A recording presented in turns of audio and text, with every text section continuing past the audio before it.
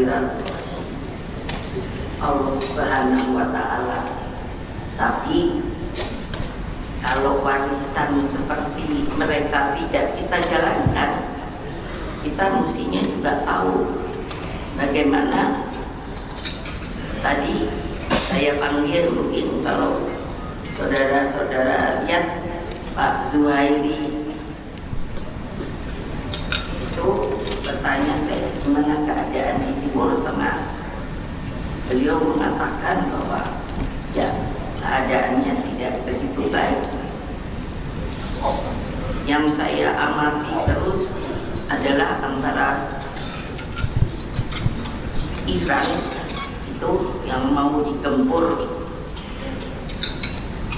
oleh Israel, dan kekhawatiran saya yang paling besar adalah kalau namanya itu Selat Hormuz itu ditutup saja. Nah, hal-hal seperti ini jangan kalian lalu pikirannya itu pendek. Ibu ngapain sih ngomong urusan luar negeri? Loh, kita mesti lihat adakah dampaknya kepada Indonesia. Sangat. Karena kalau Hormuz ditutup, itu yang saya khawatirkan, kita kena dampaknya apa? Harga minyak bisa naik. Ini harus betul kalau orang partai belajar.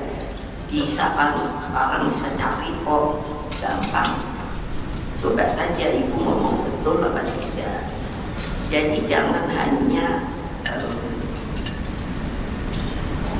instan. Kalau sudah jadi dengan sudah buat apa pikir yang lain, tidak bisa begitu. Partai, orang-orang partai harus cerdas, harus pintar, pandai bergaul. Tadi kelihatan juga saya berbahasa Inggris karena ditanya oleh wartawan. Waktu itu kan ditanya nanti pergi sendiri atau tidak, karena waktu itu kan saya jawab saya mau ke kantor polisi, karena saya dipanggil polisi itu sampai 3 kali dulu waktu masih PDI, kejaksaan sebagai saksi dan sebagai juga diinterogasi itu dari jam 8 pagi sampai jam 8 malam. Itu konsekuensi sebagai orang politik. Coba kalian baca buku Bung Karno. Beliau itu mulai berpolitik umur 16 dan kerjanya hanya keluar masuk penjara, lalu dibuang. Sebenarnya kok apa toh kok mau begitu?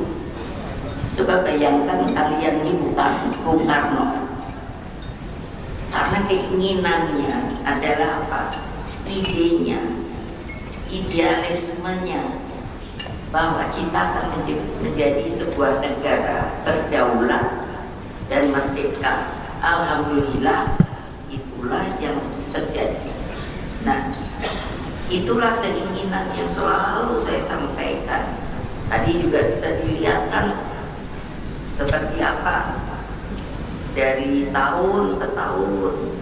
Jadi kalau terhitung dari saya masuk PDI itu tahun 86, coba, jadi sudah kawakan. Dan setelah itu tidak pernah berhenti. 87 masuk DPR, 3 kali berturut menang terus. Jawa Tengah, itu mana Jawa Tengah? Oh, itu di belakang itu. Awas loh, jangan memalukan saya lagi loh. Nggak usah teriak-teriak. Yang penting kerjakan sesuai arahan saya. Loh, orang saya PDI itu saupret tuh Jadi kalau sudah rapat fraksi itu bersama, maksud saya kan hanya 4, kalau dulu PDI, P3, Golkar, fraksi ABRI. Tapi kecil-kecil tapi rawit. Iya, nah itulah kalau lihat tadi ya saya ketawa, dan saya tadi berkata pada diri saya, asik juga loh waktu dulu itu ternyata ya, karena punya greget gitu. Nah kalau sekarang kumpulin segini banyak tapi ya itu kembali, aduh susah banget. Yang suruh masuk aja tadi susahnya. Nah itu bagian dari disiplin. Baiklah saudara-saudara, dengan pidato saya ini sebagai ketua umum yang telah dilantik, ini adalah pidato politik saya pertama sebagai ketua umum tahun 2025 sampai nanti 2000 yang nggak tahu ya. Assalamualaikum warahmatullahi wabarakatuh. Salam damai sejahtera untuk kita semua. Om Swastiastu, Namo Buddhaya, Salam, salam kebajikan, Rahayu. Salam Pancasila. Merdeka! Merdeka! Merdeka! Saudara-saudara sebangsa dan setanah air, kader-kader PDI Perjuangan yang saya cintai,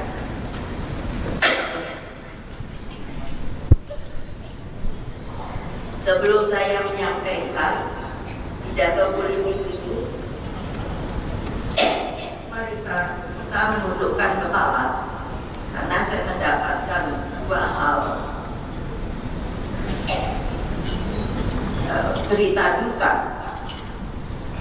Yang pertama adalah wafatnya Bapak Kwik Kian Gi pada tanggal 28 Juli 2025 dalam usia 90 tahun.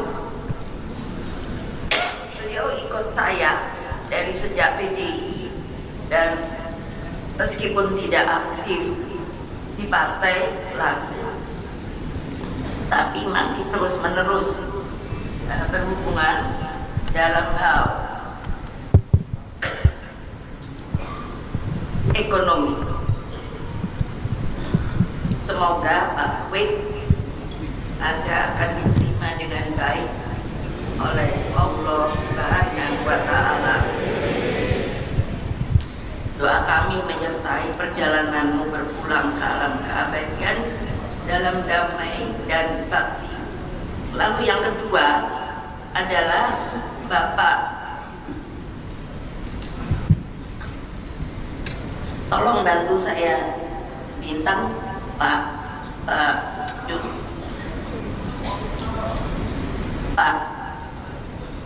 itu dulu DPD kami Bali, Pak Ida Bagus Bisnawa, orangnya sangat halus, baik, menjadi DPD Bali, dan juga beliau meninggalkan kita. Semoga juga arwahnya diterima dengan baik oleh Allah Subhanahu wa Ta'ala.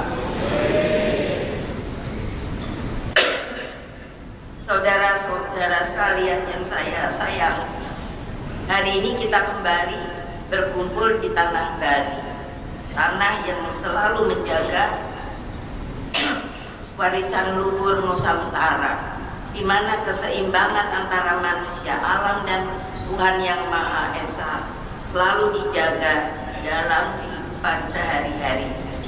Sinilah dalam napas peradaban dan spiritual yang agung kita selenggarakan Kongres kelima Partai Demokrasi Indonesia Perjuangan. Seperti tadi yang berulang-ulang telah saya katakan, kongres itu hanya sebuah ritual tahun. Tapi kongres ini bukan sekadar agenda organisasi 5 tahunan. Ia adalah selalu kawah candra dibuka ideologis, tempat kita mempertajam kesadaran politik, mempertegas arah perjuangan, dan meneguhkan tekad bersama untuk berjuang. Kongres ini adalah tempat kita berdiri sebagai satu tubuh, satu tekad, kembali satu cita-cita. Inilah saatnya selalu bagi kita menyatukan pikiran dan hati, merapatkan barisan, dan memperkuat kesetiaan kita pada garis ideologis partai. Tema kongres kita kali ini adalah, saya minta memang namanya adalah Satyam Eva Jayate. Apa artinya? Berarti adalah kebenaran itu pasti selalu menang. Ini saya baca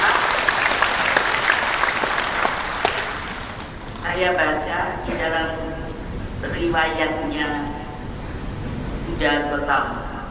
Jadi suatu ketika dia itu anak raja, tapi justru malah tidak nyaman berada di keraton.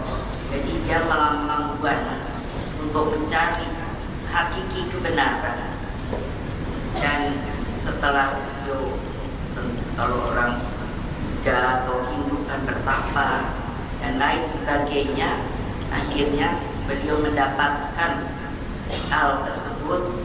Itulah mengapa beliau mengatakan Satyam Eva Jayate, artinya kemenangan akhirnya pasti menang, dan berderap dalam satu rampak barisan. Dari Bung Karno kita belajar bahwa persatuan adalah satu-satunya senjata kita dalam memperjuangkan kebenaran itu. Kita tidak akan mampu memenangkan kebenaran jika kita tercerai-berai, jika kita selalu terjebak dalam pertikaian internal, dan jika kita tidak mempunyai disiplin yang kuat dalam satu rampak barisan perjuangan. Sejarah kongres kita bukanlah sekadar rangkaian seremoni, melainkan rekam jejak perjuangan ideologis. Saya ingatkan bagi mereka yang terus-menerus bisa mengalami kongres pertama sampai kongres ke-6 ini. Kongres pertama itu tahun 2002. Waktu itu saya sudah menjadi wakil presiden, menandai dimulainya proses pelembagaan partai secara lebih sistematis pasca reformasi. Kongres kedua tahun 2005 kita teguhkan kaderisasi sebagai nadi utama perjuangan. Tanpa kaderisasi kita tidak akan bisa bergerak karena harus satu rampak barisan. Kongres ketiga tahun 2010 kita mantapkan Pancasila 1 Juni sebagai jantung ideologi partai. Kongres keempat tahun 2015 kita canangkan PDI Perjuangan sebagai partai pelopor. Kongres kelima tahun 2019 kita perkuat posisi sebagai partai ideologis yang berdiri di atas pemikiran Bung Karno.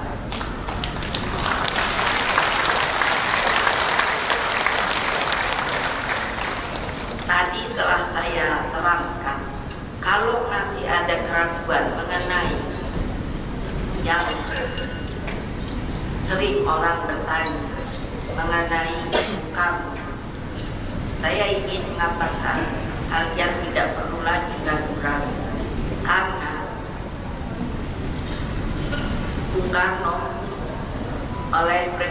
Prabowo melalui MPR itu telah cabut yang namanya MPR. Nanti saya sengaja tidak sebut karena itu sudah harus diketahui, cari saja ada. Yang waktu itu oleh Orde Baru dikatakan Soekarno itu seperti pengkhianat karena bersama dengan partai terlarang. Padahal kalau dilihat ketika PAP itu diberikan, Soekarno itu presiden seumur hidup.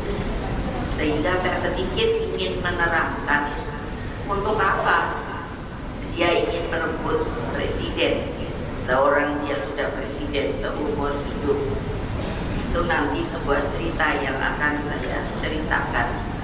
Sehingga sekarang ini memang kami telah bersepakat para pemimpin di PDI Perjuangan untuk mengajarkan kembali dalam kursus-kursus kaderisasi untuk benar bisa menjadi seorang kader yang akan menjadikan partainya itu menjadi partai pelopor.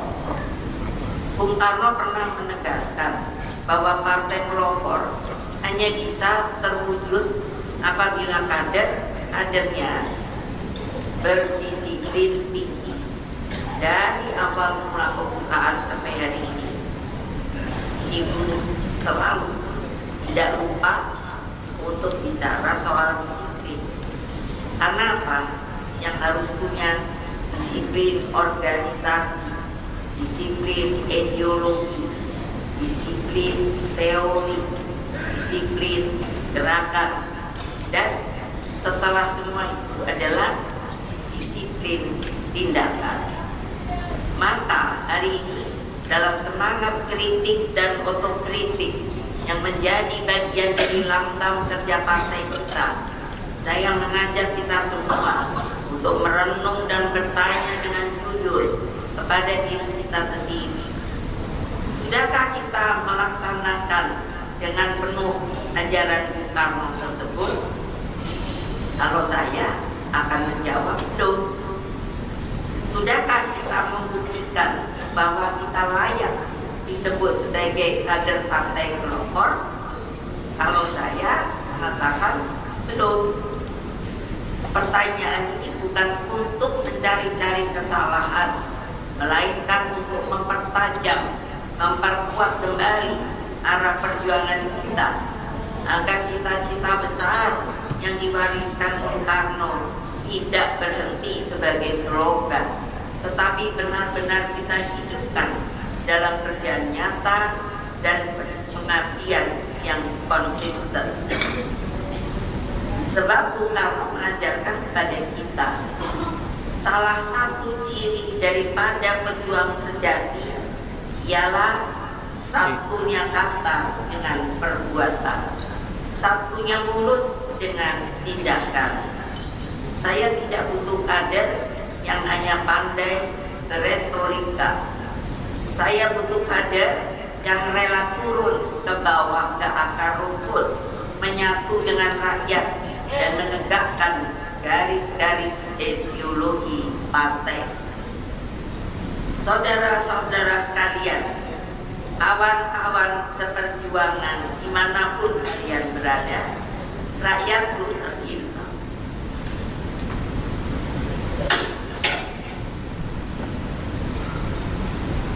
saudara-saudara dengan suara bulat telah memilih saya kembali sebagai ketua umum melalui Rakernas pada waktu itu yang kelima partai pada tahun 2024.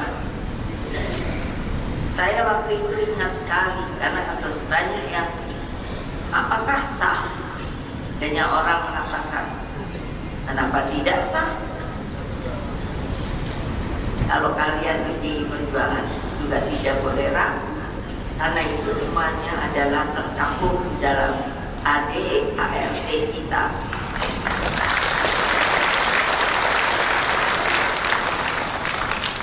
Makanya kalau tadi tidak ada pemilihan, tetapi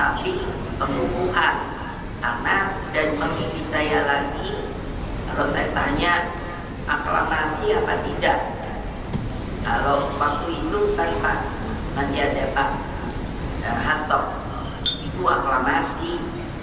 Oh ya sudah, saya bilang begitu saja. Saya terima dengan penuh rasa tanggung jawab, bukan dengan kegembiraan, tetapi dengan perenungan. Karena kepercayaan itu bukan ujian, ia adalah beban sejarah. Kepercayaan itu bukan dia adalah perintah rakyat dan amanah ideologis. Saya bukan ketua umum untuk dilayani. Saya adalah ketua umum supaya saya selalu dipercaya untuk menjaga api ideologi agar tidak padam.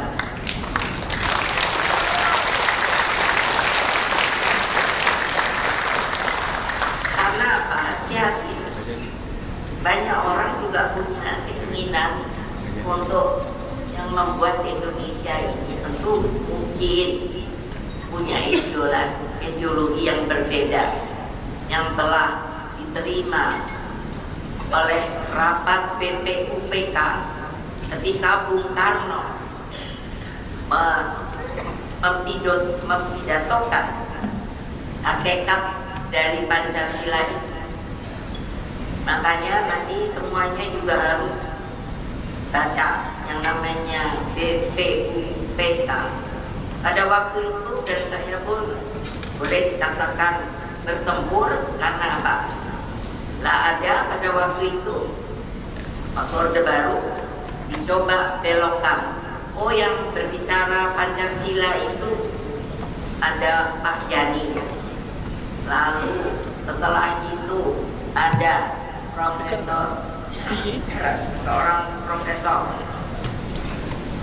yang juga lalu saya nanya dalam diri saya suruh tanya pada Pak Yani, saya ada buktinya. Pak Yani mengatakan hanya Bung Karno yang menjabarkan yang namanya yang disebut Pancasila pada waktu itu, dan juga dari Dr. Rajiman waktu itu ketua Harapan, dari Wali Kukun, bayangkan sudah tua. Saya minta izin untuk ada yang ditulis dan mendapatkan dari beliau bahwa saya karena sebagai ketua itu sangat tahu potensi bahwa Pancasila dibacakan, dirumuskan oleh Bung Karno.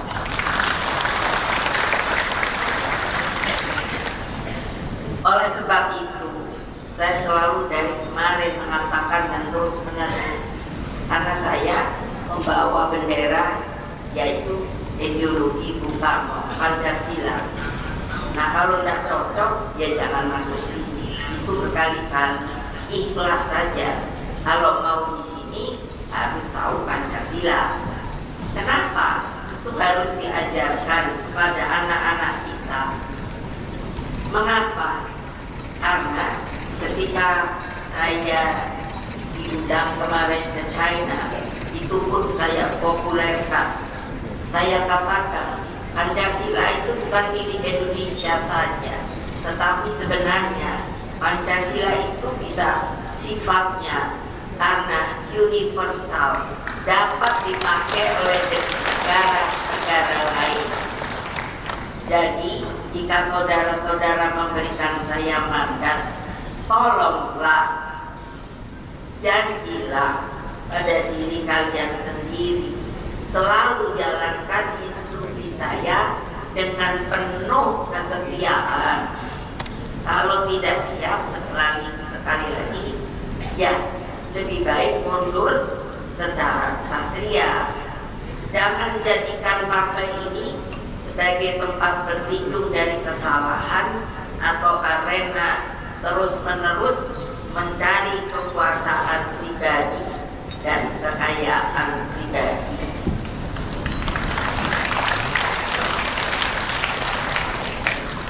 Jangan diabaikan. Ingat, musuh kita bukan hanya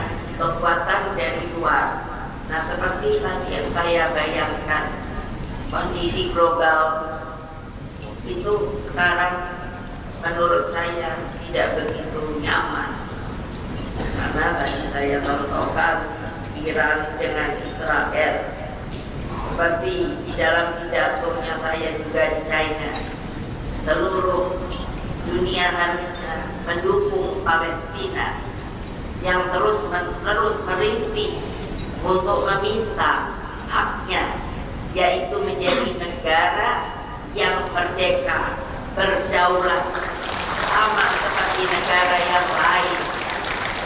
Bayangkan loh, lama banget gitu yang namanya hak Palestina dapat diterima oleh para negara-negara yang lain.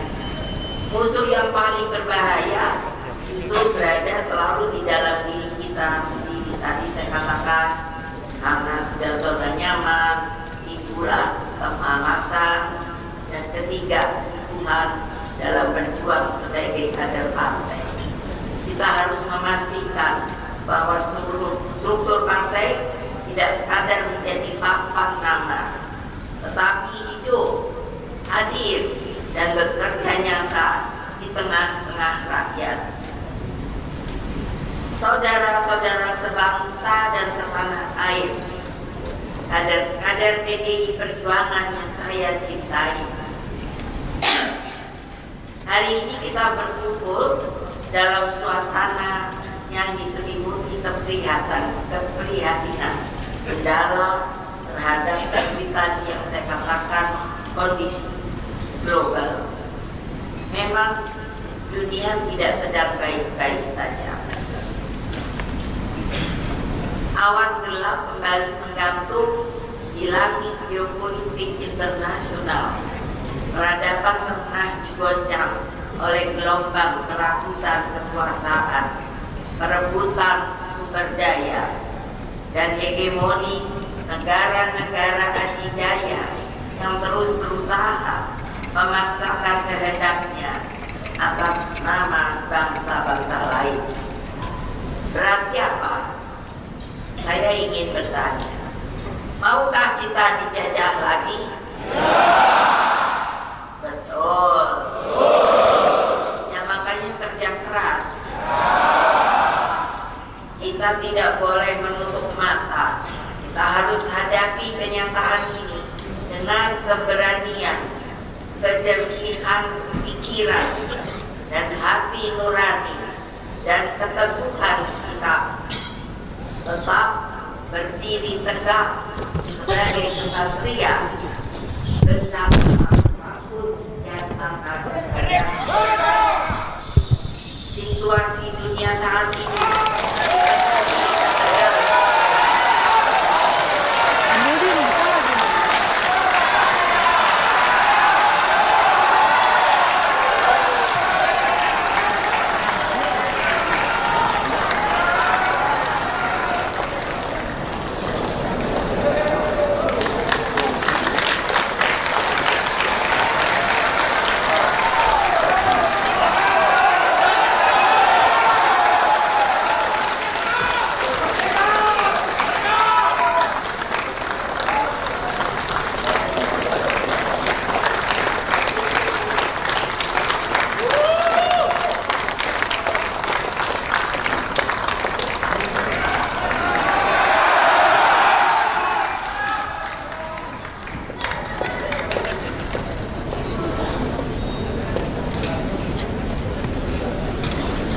gue malah gini malah kelempar HP-nya anjir.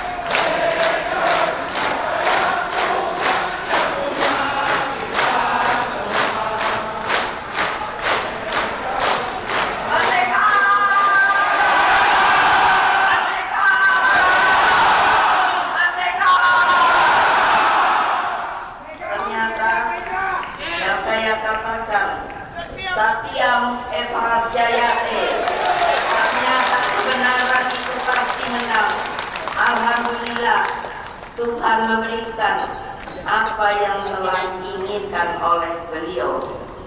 Kita sekarang, saya tadinya berdoa, tapi saya tidak terlalu berharap bahwa yang namanya Pak Hasto berada kembali di keliling kita.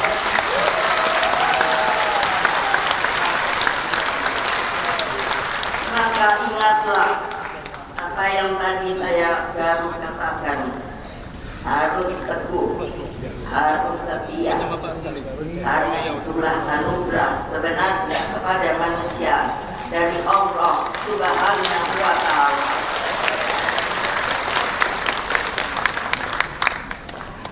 Saya teruskan, situasi dunia saat ini dipenuhi ketegangan dan konflik yang saling satu sama lain. Perang Rusia Ukraina, saya hitung telah berlangsung lebih dari 1255 hari, menjadi ajang benturan antara NATO dan Rusia yang tentu saja ikut mengguncang ekonomi global. Ketegangan antara Israel dan Iran berpotensi seperti tadi saya katakan memicu blokade Selat Hormuz yang pada gilirannya dapat menyebabkan lonjakan harga minyak dunia. Suriah porak-poranda setelah kekuasaan Bashar al-Assad digulingkan oleh Hayat Tahrir al-Syam, kelompok radikal yang memicu perang saudara dan pembantaian etnis. Sementara negara itu kini diperebutkan oleh kekuatan regional dan global. Perang dagang antara Amerika Serikat dan Tiongkok mencerminkan perebutan dominasi hegemoni global yang menyebabkan kerusakan rantai pasok, perlambatan ekonomi, dan inflasi global. Ini hati-hati betul. Dampaknya seperti tadi atau kemarin saya katakan, harus betul-betul dipantau masalah perekonomian kita. Mesti selalu akan ada yang namanya laporan. Tadi yang dengan gampang saya tanyakan harga-harga kebutuhan rakyat, tanya pada ibu-ibu bagaimana kondisi yang namanya pasar. Saya mendapatkan berita kalau pasar itu banyak juga yang sudah sepi. Lalu saya tanyakan kenapa sepinya, karena ternyata mereka membawa barang-barangnya itu dengan transportasi, dan harga-harga transport itu sudah mulai juga menaik.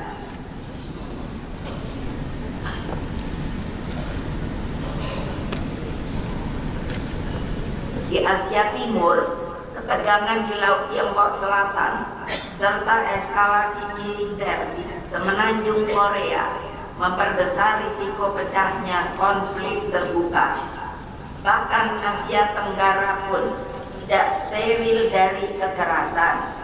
Mari kita lihat seperti sekarang terlihat dalam sengketa perbatasan Thailand, Kamboja yang telah menelan korban jiwa dan memaksa ribuan warga sipil mengungsi. Ini harus menjadi perhatian kita. Jangan berpikiran itu negara lain. Kita harus selalu di dalam politik, sikap kita adalah selalu berpikir cerdas, mengantisipasi situasi, baik dalam keadaan baik maupun dalam keadaan yang baru-baru saja ini saya katakan. Maksud saya, kalau terjadi kita tidak bingung, kita tidak gugup, tapi sudah ada perencanaan strategis apa yang harus kita lakukan bagi daerah-daerah kita. Yang saya dengan bangga selalu mengatakan Indonesia adalah the biggest archipelago in the world, negara kelautan terbesar di dunia. Jadi beda sekali dengan yang namanya negara-negara di dunia manapun. Ingat itu. Sehingga kalau suatu saat terjadi transportasi macet, lalu bagaimana akan membawa bahan makanan ke pulau-pulau yang kecil-kecil? Saya pernah mengalami ketika pergi ke Maluku, terjadi di sebuah pulau, sudah hampir 10 hari kehabisan beras, tidak ada yang mau jalan ke sana. Saya pada waktu itu ingat sekali. Lalu kebetulan saya sedang di sana, saya dipanggil oleh Kodim.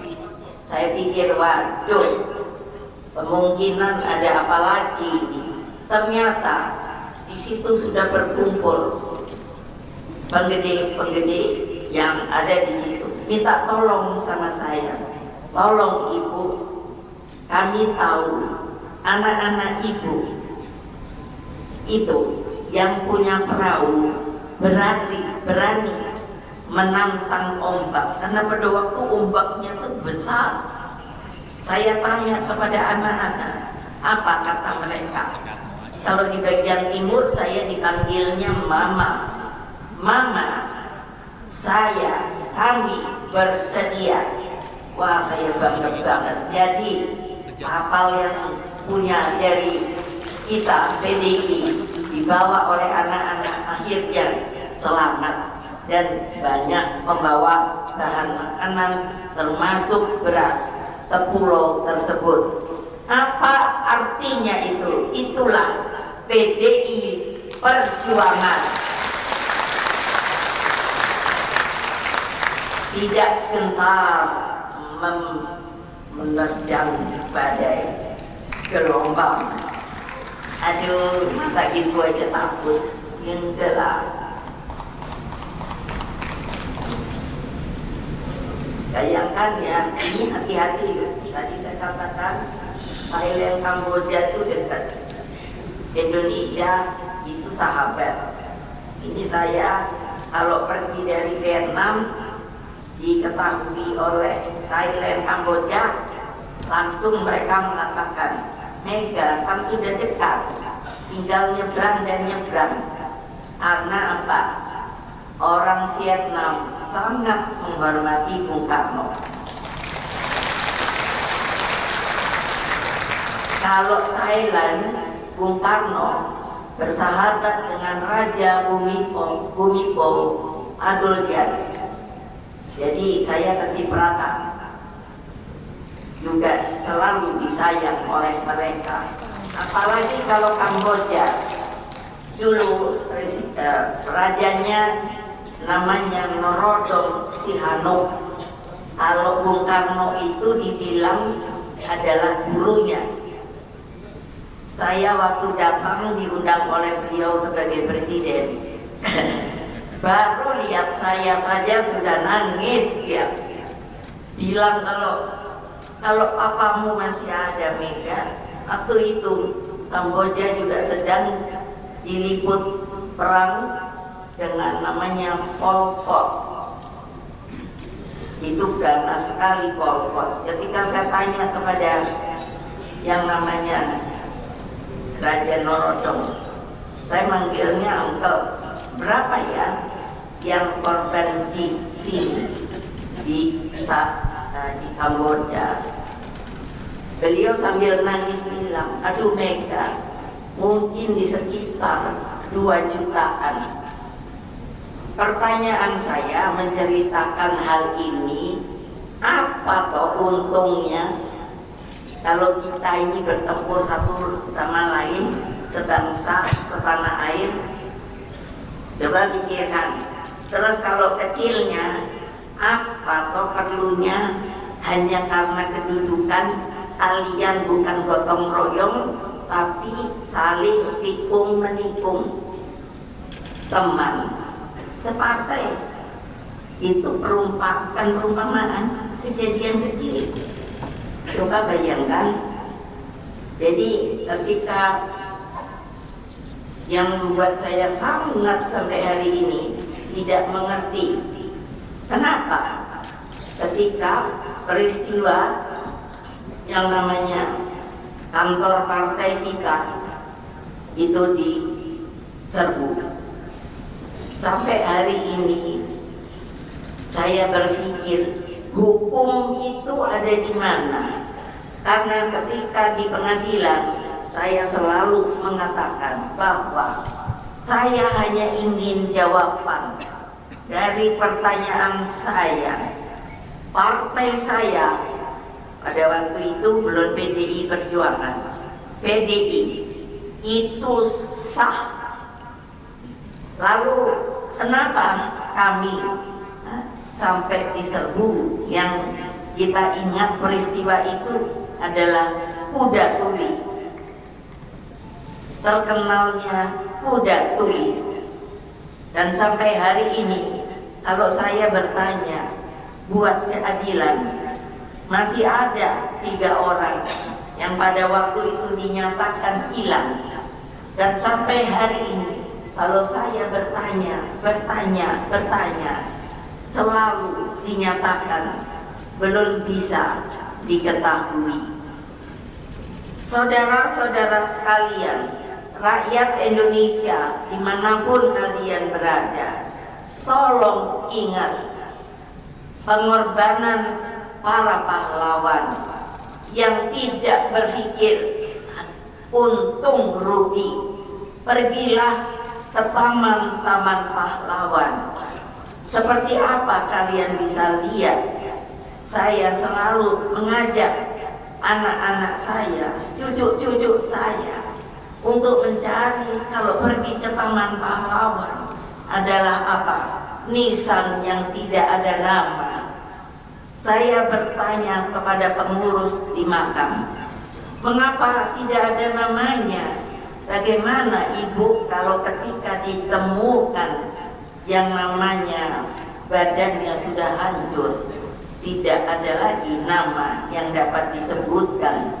Apakah kalian sama sekali tidak punya hati nurani kalau saja di antara kalian, keluarganya, teman-temannya, mungkin suatu saat anak-anak kalian karena betul-betul sangat ingin bahwa sekali merdeka tetap merdeka,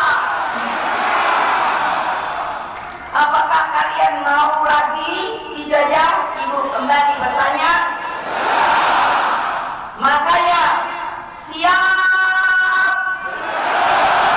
apapun rintangan kita bisa selesaikan. Kenapa? Itulah anugerah Allah.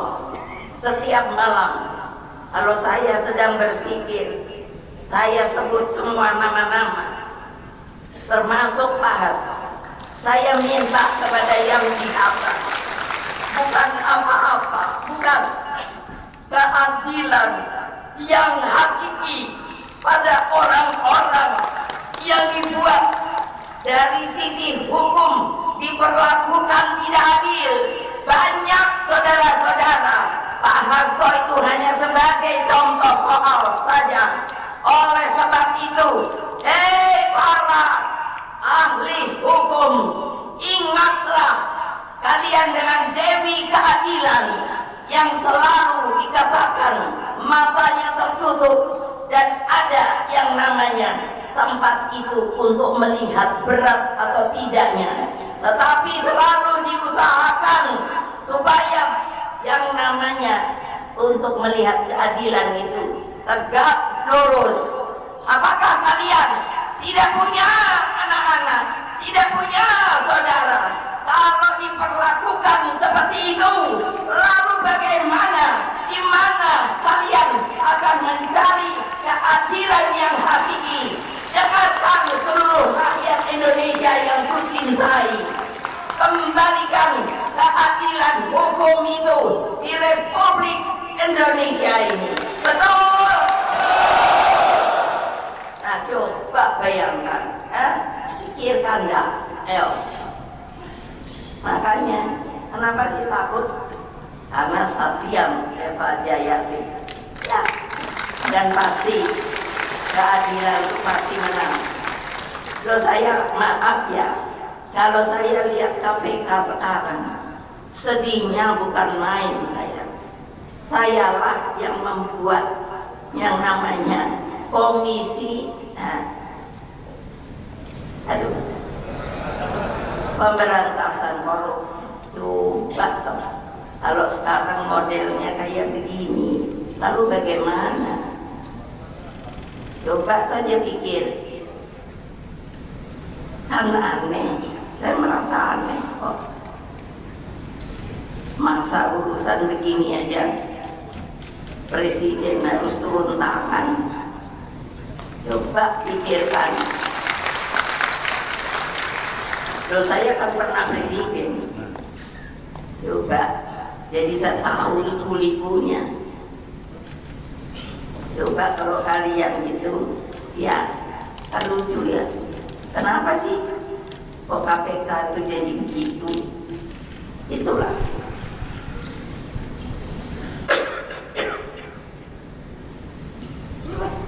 Nah untuk itu maka hati-hati, karena ketegangan geopolitik yang tak menentu dan mengancam stabilitas global bisa dampaknya itu lari kemana-mana dan bisa saja termasuk Indonesia. Tadi kalau Selat Hormuz saya bilang minyak, coba kalau nanti minyak naik, wah saya suka bingungnya gini, wah kalau naik gimana ya? Terlalu banyak mobil mogok, motor mogok. Lah karena nggak bisa beli lagi, mana Pak Ahok ya? Nah itu pikirin Pak Ahok. Coba, ya biar udah nggak ada di Pertamina. Nah ini dalam pertemuan internasional yang saya hadiri baru-baru ini, namanya Global Civilization Dialogue Ministerial Meeting yang diselenggarakan pada tanggal 10-11 Juli 2025 di Beijing, Tiongkok. Saya menyaksikan langsung bagaimana dunia ini sedang berada di persimpangan sejarah yang menentukan. Situasi internasional hari ini tidak lagi stabil, bahkan bisa dikatakan berada di tengah arus besar pergeseran kekuatan global. Di forum tersebut, para pemimpin dan cendekiawan dari berbagai bangsa menegaskan bahwa yang hadir itu 144 negara. Jadi anggota yang datang itu sekitar 600-an. Nah, saya mendapat kehormatan penuh Presiden Megawati, pidatonya nomor 1.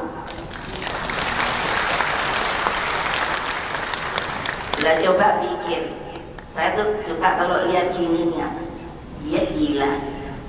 Kalau orang lain aja minta saya pidato nomor 1. Nah kalian nih masih aja ada nakal-nakalnya itu loh, kok nggak kapok-kapok ya? Ayo otokritik lah. Kalau terus gini ya saya kan ya capek. Nah itu yang saya pidatokan apa? Ya Pancasila. Lalu pidato Bung Karno, to build the world anew, itu di PBB loh. Wah terus ternyata 2 hari setelah saya pulang, bukan saya ini mau nyombong-nyombongkan diri, bukan, sangat suka. Begitu besar apresiasi, bukan buat saya kok, saya ngomong itu buat Indonesia kok. Lah ya memangnya nggak ada orang yang terus bunyi-bunyi aja. Ya kan mesti ada orang yang pidato dong. Nah, itu langsung minta pidato saya diizinkan untuk dimasukkan ke sebuah majalah mereka dan akan disebarkan. Dan nah ini yang saya senang, di seluruh Tiongkok, dan harus, nah ini loh, di Tiongkok tuh yang saya lihat enaknya, yang namanya pemerintahannya itu ditaati, dan harus pidato itu dibaca. Nah, coba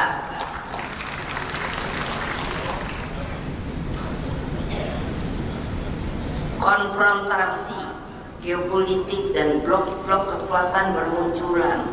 Ada namanya unilateralisme dan proteksionisme kembali menguat. Nah ini unilateralisme itu begini, beberapa negara kuat itu bersatu. Nah itu namanya unilateralisme. Terus dia nyekutup, itu protek, namanya sionisme, kembali menguat. Perkembangan ekonomi global mengalami berbagai guncangan.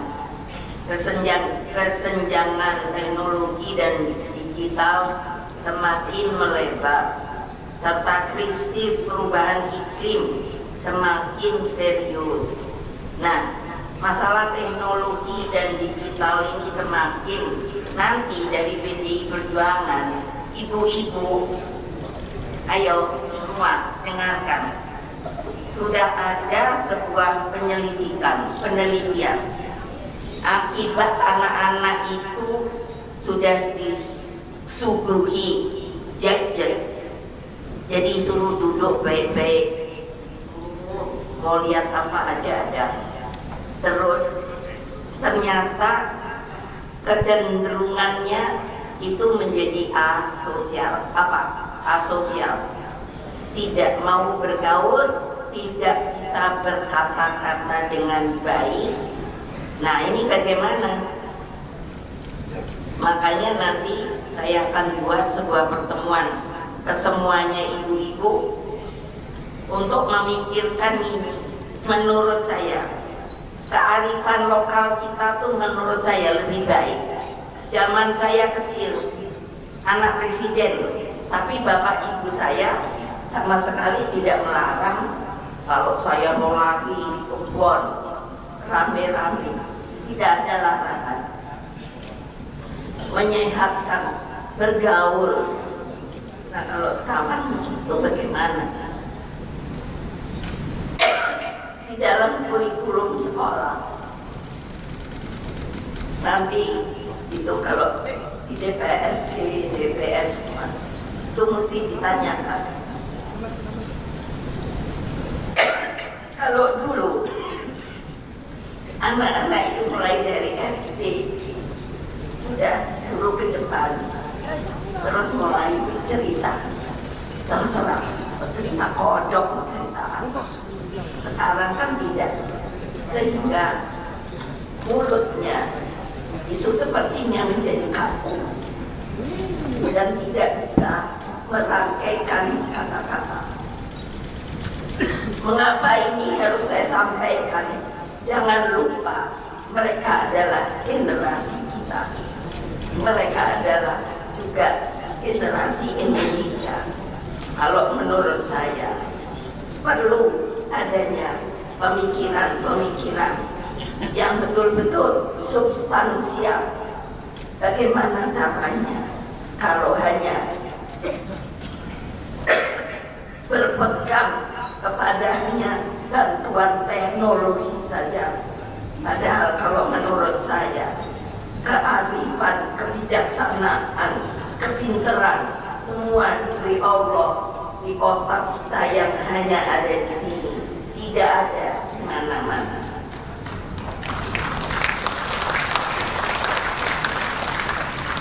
Nah, krisis iklim, saya ini sebetulnya terus terang beri beban, tapi belum bisa saya jalankan karena Paus Franciscus sebetulnya memberikan saya sebuah amanah untuk membangun sebuah sekolah bagi anak-anak cacat, bagi anak-anak miskin, bagi orang-orang disabilitas dan lain sebagainya. Tapi karena beliau langsung, itu pertemuan terakhir ketika beliau memberikan pesan kepada saya, tapi saya belum bisa melaksanakan karena menunggu izin dari Paus Leo, Paus berikutnya, apakah masih diizinkan untuk membuat yang diinginkan oleh Paus Fransiskus. Di forum internasional itu saya berdiri dengan keyakinan bahwa kekuatan sejati bukan pada senjata atau ekonomi, tetapi pada nilai dan moral. Oleh sebab itu, tolonglah kearifan lokal dari daerah-daerah itu jangan dirusak, jangan disembunyikan. Boleh mengikuti modernisasi, tapi jangan lupa budaya dan senimu yang luar biasa menurut saya indahnya.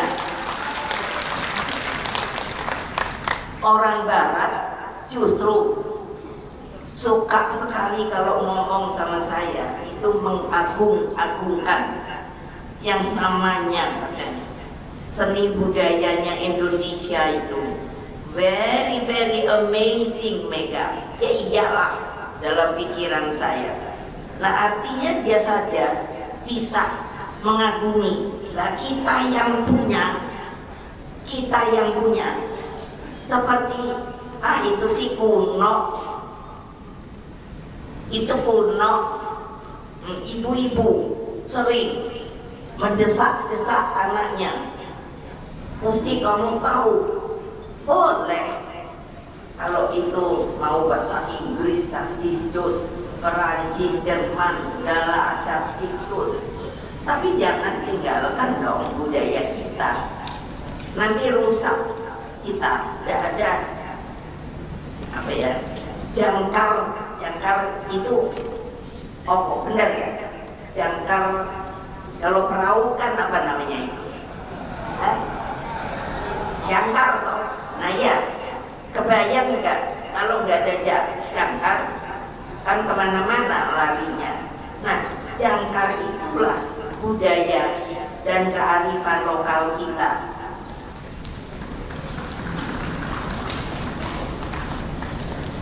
Dan sebagai bangsa yang besar, kita tidak boleh hanya menjadi penonton dalam sejarah dunia yang sedang ditulis ulang.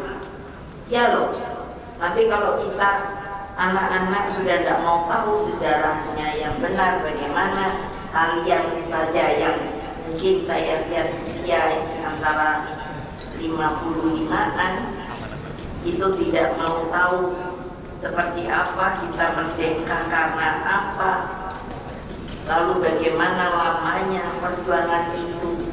Karena banyak loh anak muda, kalau saya ketemu mencoba mau tahu kadar kebangsaannya, nanya begini, ini D atau Mas, kamu tahu nggak sejarah bangsa? Nggak tahu kok itu. Apa nggak kepingin tahu ya? Untuk apa Bu? Nah, kaget toh saya. Loh kok untuk apa? Oh nggak mau tahu ya? Loh, orang udah merdeka ya udah Bu, merdeka aja. Wow, anak siapa ini? Aku suka mikir gitu loh. Aku bilang gile, tapi berani ngomong, tapi omongannya nggak berdasar. Kayak apa? Nah ini yang Trump itu kan lagi ini bilang ini Quran, wah mesti pergi gitu tau. Lihat, enggak, saya nih bilang, terus saya nanya, apa Trump itu juga ini orang asli Amerika? Orang saya tanya, dia dari Jerman. masuk ke Amerika. Jadi jangan mikir dia bukan imigran, dia sama-sama imigran. Tahu di Amerika yang namanya aslinya tuh apa namanya? Nah, yang asli kan semuanya dipunahkan. Waktu abad berapa ya? Kalau nggak salah mulai 16. Oleh sebab itu Indonesia tidak boleh buta, tidak boleh bisu, dan tidak boleh berpangku tangan. Jadi kita harus aktif membangun tata dunia baru yang lebih adil dan damai. Kita harus tetap berpegang pada politik luar negeri bebas aktif, bebas dari blok kekuasaan manapun, namun aktif memperjuangkan kemerdekaan, keadilan, dan perdamaian dunia. Sebagaimana Bung Karno tegaskan dalam pidato To Build the World Anew.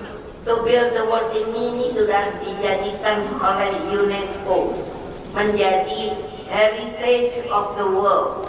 Artinya di dunia ini boleh dibaca siapapun, dijalankan juga. Kami berusaha membangun suatu dunia di mana setiap orang dapat hidup dalam suasana damai. Kami berusaha membangun suatu dunia di mana terdapat keadilan dan kemakmuran untuk semua orang. Nah, itu makanya tadi saya akan mikir, ini diri toh yang KPU itu. Kami berusaha membangun suatu dunia di mana kemanusiaan dapat mencapai kejayaannya yang penuh. Nah, itu kan peri kemanusiaan. Kita punya loh, mestinya bangga. Semangat itu, semangat membangun dunia yang adil dan beradab, tidak bisa lahir dari bangsa yang lemah. Tuh, kenapa ibu mintanya kamu teguh, kamu berani, dan bercerai-berai. Ya hanya bisa diwujudkan oleh bangsa yang bersatu, disiplin, dan selalu teguh membela kebenaran. Dalam forum itu pula, saya menyerukan kemerdekaan Palestina yang sampai hari ini masih berjuang untuk hak dasarnya sebagai sebuah bangsa merdeka dan berdaulat. Merdeka! Nah, itu artinya kasihan apa enggak anak-anaknya pada meninggal karena dibom yang membawa makanan dan lain sebagainya. Masa itu namanya kan naluriah jahiliyah. Kebayang mengondak ya, saya nggak bisa bayangin. Kawan-kawan seperjuangan, saudara-saudara sekalian, di penghujung pidato politik ini, saya menegaskan satu hal yang kerap disalahpahami dalam ruang demokrasi kita, bahwa ini saya ulangi untuk terus diingat, dalam sistem pemerintahan presidensial seperti yang kita anut, tidak dikenal istilah oposisi dan koalisi.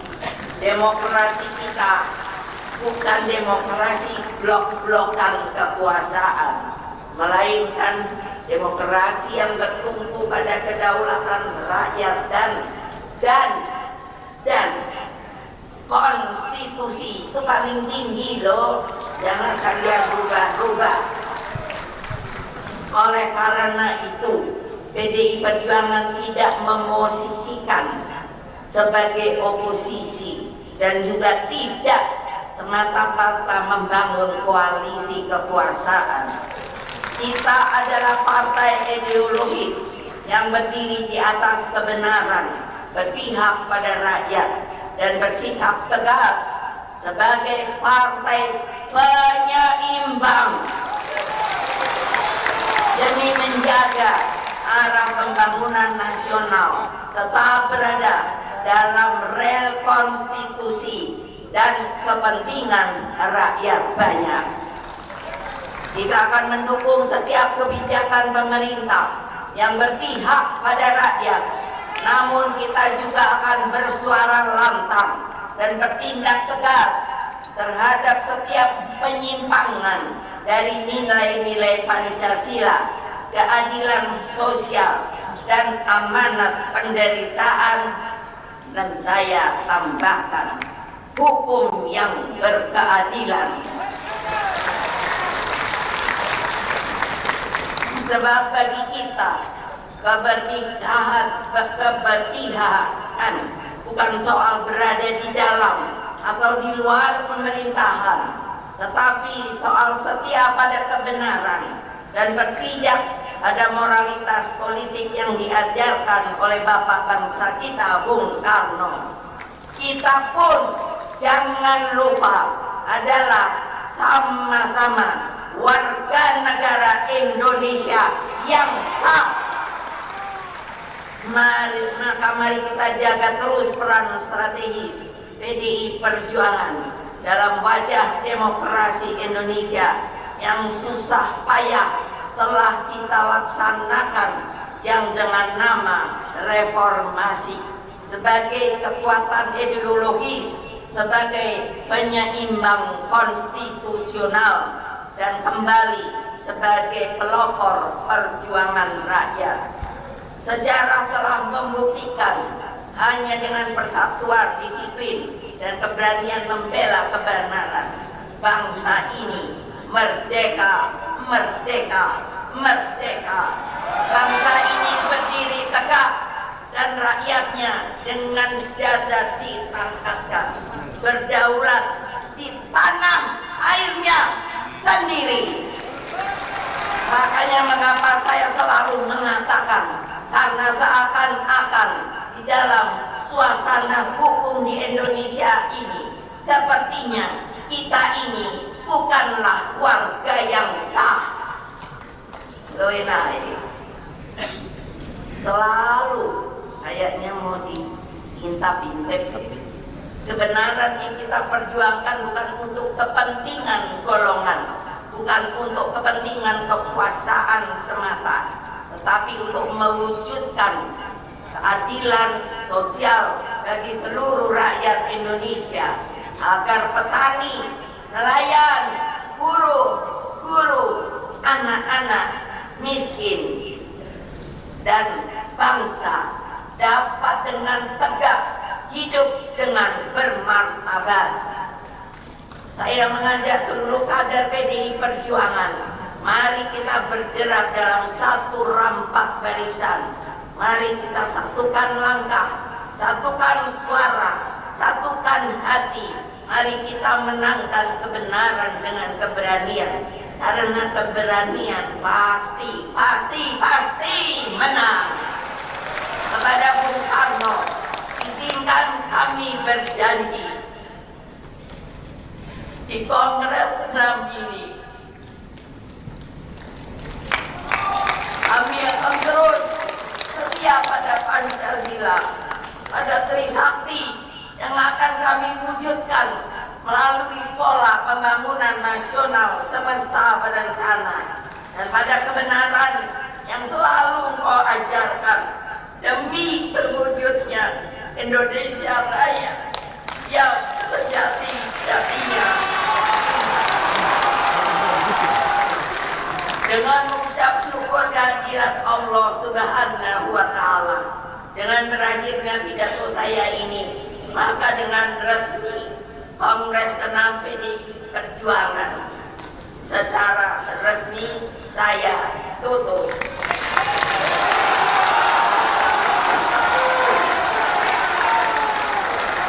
Saya mengucapkan terima kasih yang setinggi-tingginya kepada seluruh utusan yang hadir dari segenap penjuru tanah air. Kembalilah daerah masing-masing dengan tertib, penuh kehormatan, dan bawalah api semangat Kongres ini kepada seluruh rakyat, para simpatisan dan kader partai. Saya juga menyampaikan penghargaan mendalam kepada seluruh kader partai di pelosok bumi Nusantara yang terus berjuang tanpa kenal lelah, kepada Satgas Pecalang yang keamanan dan ketertiban, kepada pihak Bali Nusa Convention Center yang telah memberikan dukungan penuh, masyarakat Bali yang selalu dengan tulus menyambut kita, serta seluruh pihak yang memungkinkan kongres ini terselenggara dengan baik, hikmat, dan penuh makna. Saudara-saudara sekalian, dari Bali, tanah peradaban Nusantara, kita mengirimkan pesan kepada seluruh Indonesia dan dunia. Hei dunia, PDI Perjuangan tetap berdiri tegak sebagai benteng pemikiran, ide,